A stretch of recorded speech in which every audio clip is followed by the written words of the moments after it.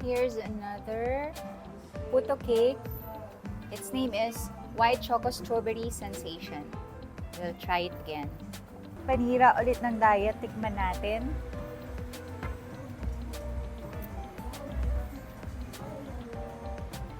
At ito na naman po tayo. Sorry po. Kain ulit tayo. Mangingit ako.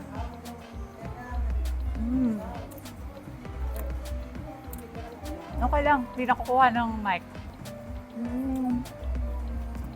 Meron kasamang white choco. And then strawberry flavored. And may strawberry din on top. Harap. My God. Promise, hindi ko ma-describe kung ano yung lasa niya. Basta, masarap siya.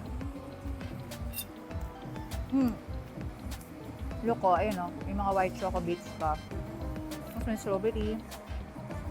And sobrang lambot. Sobrang bango.